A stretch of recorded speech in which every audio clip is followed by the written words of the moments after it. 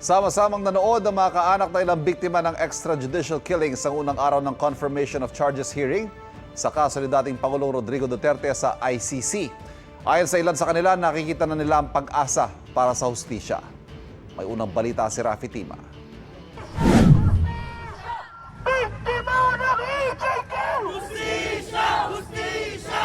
People power laban sa mga extrajudicial killing, panawagan ng mga nagprotesta sa Boy Scout Circle sa Quezon City. Hindi pa natutuyo ang ating mga luha.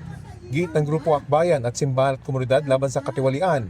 Babantayan nila ang pag-usad ng kaso ni dating Pangulong Rodrigo Duterte sa International Criminal Court. Dapat daw makonvict ang anilay utak ng mga pagpatay. Nagtipon-tipon din sa Maynila ang mga kaanak ng mga EJK victim bilang bahagi ng program Paghilom. Si Maria namatayan ng 2 anak noong 2016, unang bugso ng drug war. Habang nakaburo lang bunso, dinampot at pinatay naman daw ang panganay niyang anak.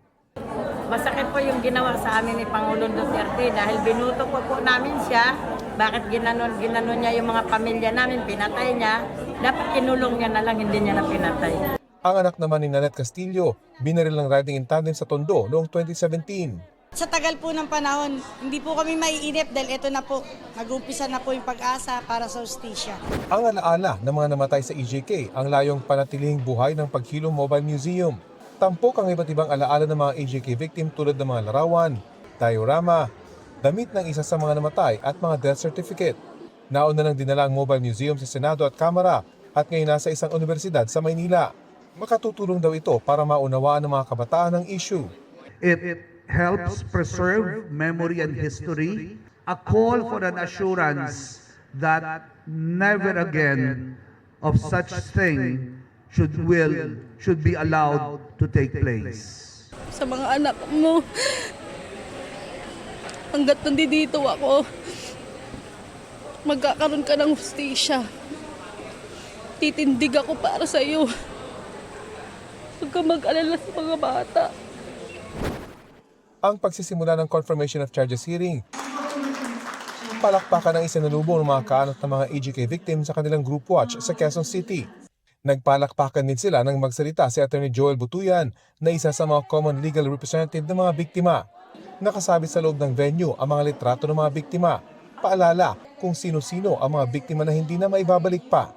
Sa Huwebes, pagkakataon naman ng depensa na maglabas ng mga ebidensya nila. In the coming days, the prosecution will present their evidence and we will attack it. We will say why that evidence doesn't show what the prosecution says it. We will be disclosing something which is crucial and fundamental to the case. Sa tingin daw ni Kaufman ay hindi sila matatalo at naniniwala siyang hindi kriminal ang dating Pangulo. I think he was a hero and it grieves me the fact that he's been spurned by his own people and hasn't been given an opportunity. If someone even thought that there was an aspect of criminality to anything that he did, an opportunity to defend himself in a Filipino court, not in a foreign court. Ito ang unang balita. Rafi Tima para sa GMA Integrated News.